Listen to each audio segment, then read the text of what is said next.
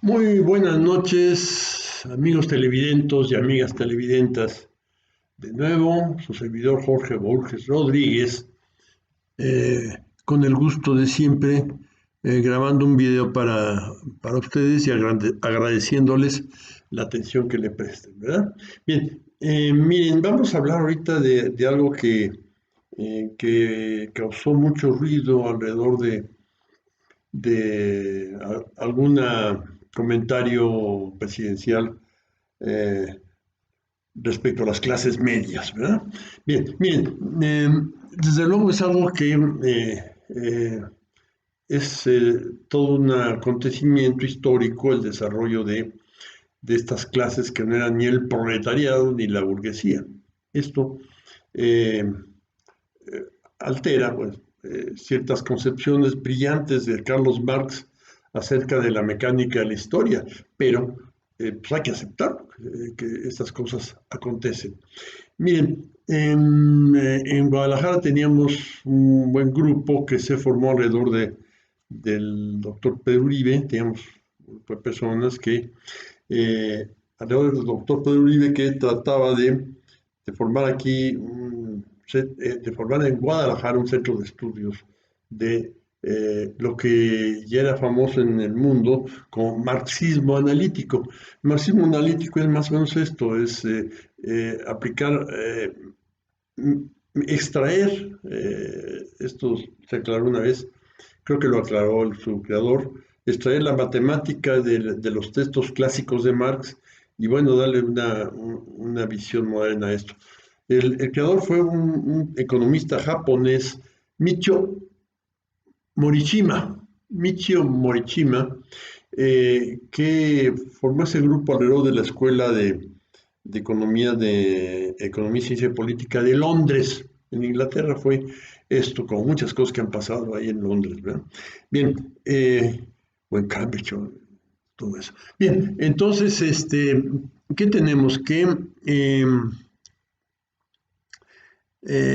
Tenemos una buena idea. Hubo muchos estudios muy brillantes de Morishima y de allegados y colaboradores.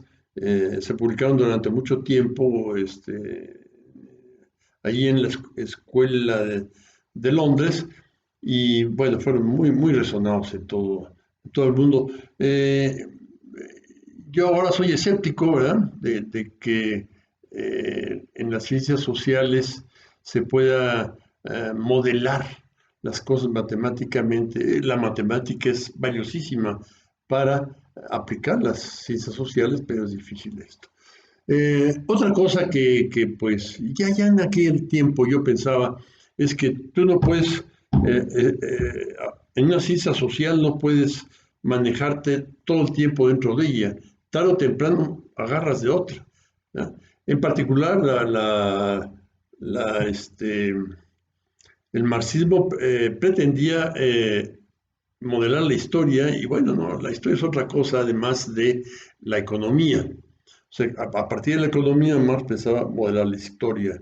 Eh, es brillante su estudio, pero bueno, en general, en cualquier ciencia social se pasa a la otra con mucha facilidad. Me refiero a historia, antropología, sociología, psicología, ese tipo de cosas. Se pasa una a la otra, es difícil mantenerse dentro de una sola de ellas. Entonces, bien, yo ya lo sostenía en aquel tiempo que eh, la, la clase media, me canso que existe, yo me considero un clase mediero, y que tiene mucho contenido sociológico, ¿verdad? Entonces, mi amigo Pedro, ¿verdad? Bueno, que en alguna ocasión, pues, hablando de Marx, la palabra Klassen, Kampf, lucha de clases, pues, estaba en alemán. Más tarde, estado de bienestar, que fue una palabra creada por un periodista en alemán, no sé, en la época de Bismarck, era Wohlfahrtsstaat, estado de bienestar. Yo lo prefiero en tres palabritas diferentes, pero lucha de clases ya es una palabra en alemán, ya no es una frase, es una palabra de 10 y pico, 10 o 12 letras, estado de bienestar como de 15, y bueno, el, mucho más clase media es Mittelklassen, y como yo era un clase mediero desclasado, ¿verdad? Yo era un clase medio desclasado, entonces yo me merecía, bueno, y qué bueno, ¿verdad? De ahí podía sacar un chiste pícaro, pero no lo voy a hacer. Yo me merecía esta palabrota, ¿no? Lumpen Mittelklassener, eh, clase mediero desclasado, ¿verdad? Es un miembro de la clase media desclasado. En fin, en estas cosas el alemán de Marx era experto, ¿verdad? Bien, miren, ¿qué pasa? Esto era, pues, era anecdótico, pero más recientemente un fenómeno importantísimo que ha ocurrido en el Valle de México es el desarrollo de Ciudad de Nezahualcóyotl. Ciudad de Nezahualcóyotl es una ciudad que hay que ver la película esta Roma. En alguna parte de la película sale como era Ciudad Neza al principio, alrededor del año 70. eh, yo fui seguido ahí eh, en esa época, fui varios domingos ahí, me parecí por ahí, o sábados, creo que sábados. Bien, y eh, después a dar unos cursos de probabilidad y estadística hacia el año 80, un poquito después del 80. Y finalmente, pues tengo mi participación, que siempre gustosa, en el programa que creó Vero Gómez, eh, Verónica Sánchez, Verónica Gómez Herón, una amiga notabilísima, que se llama Café Ciudadano, de la cual yo saqué esto de Café Texcocano. ¿Verdad? Eh, ya en periodos del exilio sanitario. ¿Verdad? Bien, esto, insistí hace 2, 3 años, 3 o 4 años, es el aniversario de la promulgación del municipio de Nezahualcóyotl, que fue en el año 63, un 23 de abril, que además es mi santo, ¿verdad? Cayó el lunes, que es el día en que nos convocaba al programa Vero Gómez, y en ese programa, pues hablé de la historia de Ciudad Neza. Va pasando por algo un decreto presidencial que no se le considera mayor trascendencia, de que ciertos terrenos desecados del lago de Texcoco se convirtieran en terrenos susceptibles de desarrollos habitacionales, ¿verdad? Eso quedaba en manos de dos municipios sin estructura, como era Chimalhuacán y Texcoco. Después, por eso, el primer paso fue el que impulsó López Mateos con la, la creación. La población de la zona empezó finales del periodo de Miguel Alemán. Ya con López Mateos se consideró muy adecuado hacer un municipio aparte. Y el gran salto fue con Echeverría, y con no solamente Echeverría, que era muy ejecutivo en, eh, en la presidencia, sino con Juan González, que también era muy ejecutivo en el gobierno del Estado de México. Entonces, bueno, empieza un desarrollo eh, muy brillante de Ciudad Neza, de lo que era en la época de la película esta Roma, a lo que es ahora. Es una enorme diferencia, ¿no? Todavía no se le puede comparar a Florencia o algo así, pero es una ciudad ya muy, hay muchos negocios, mucha actividad interna. En aquella época, en otras épocas, en las épocas iniciales, no había dinero en esa porque la gente que vivía en esa trabajaba en la Ciudad de México, entonces no había negocios que generaran impuestos, ¿verdad? Y es algo de lo que se tuvo que salvar en la época de Jan González y Echeverría, hacer que empezara esto a funcionar. Y sí, efectivamente se fundaron muchos negocios, una zona muy activa actualmente, pero, yo en el programa defendí esa idea, ¿no? De que Ciudad Neza fue una ciudad de clase medieros, el,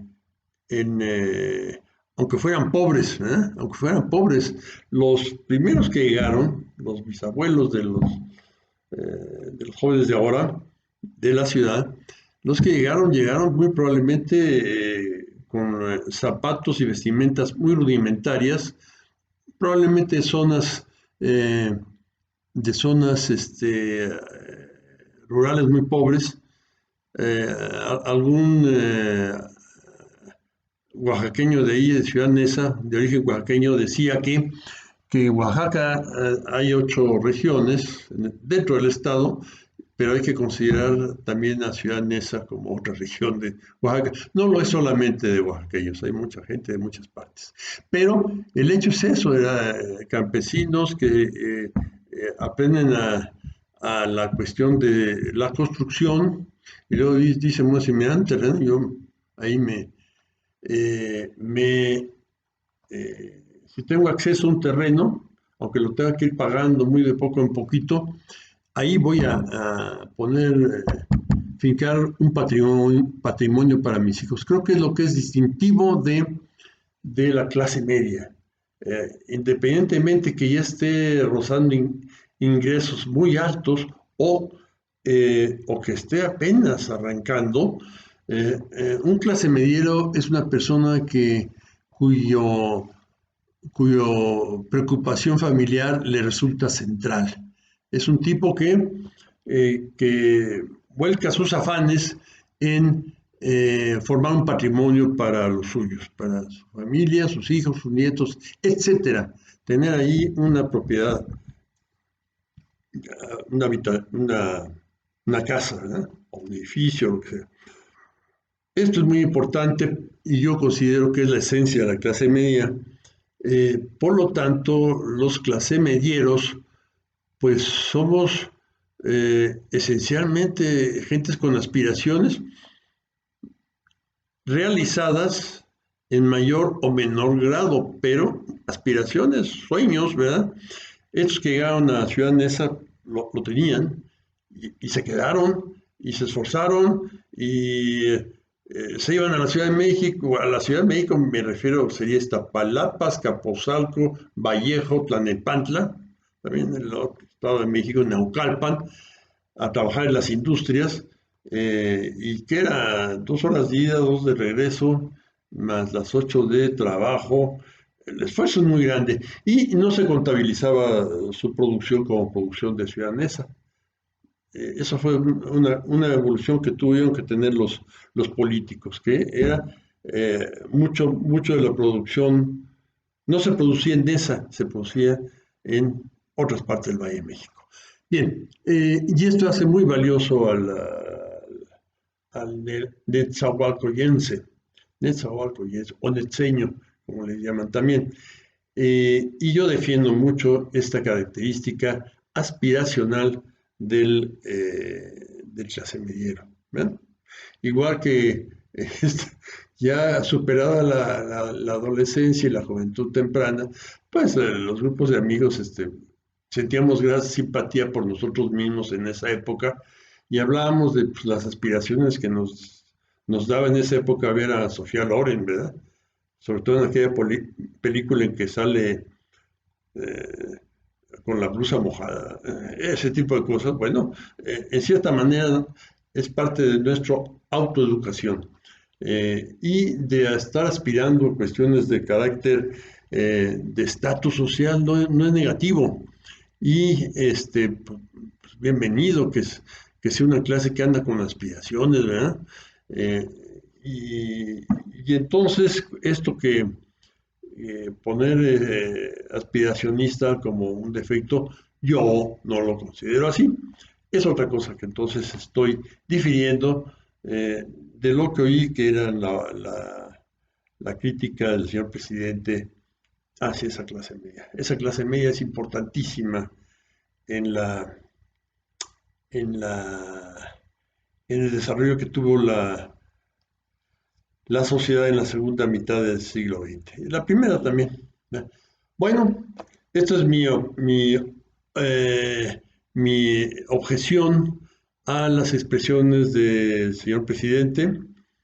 Eh, Repito, no estoy contra él, y menos después del discurso de la semana pasada.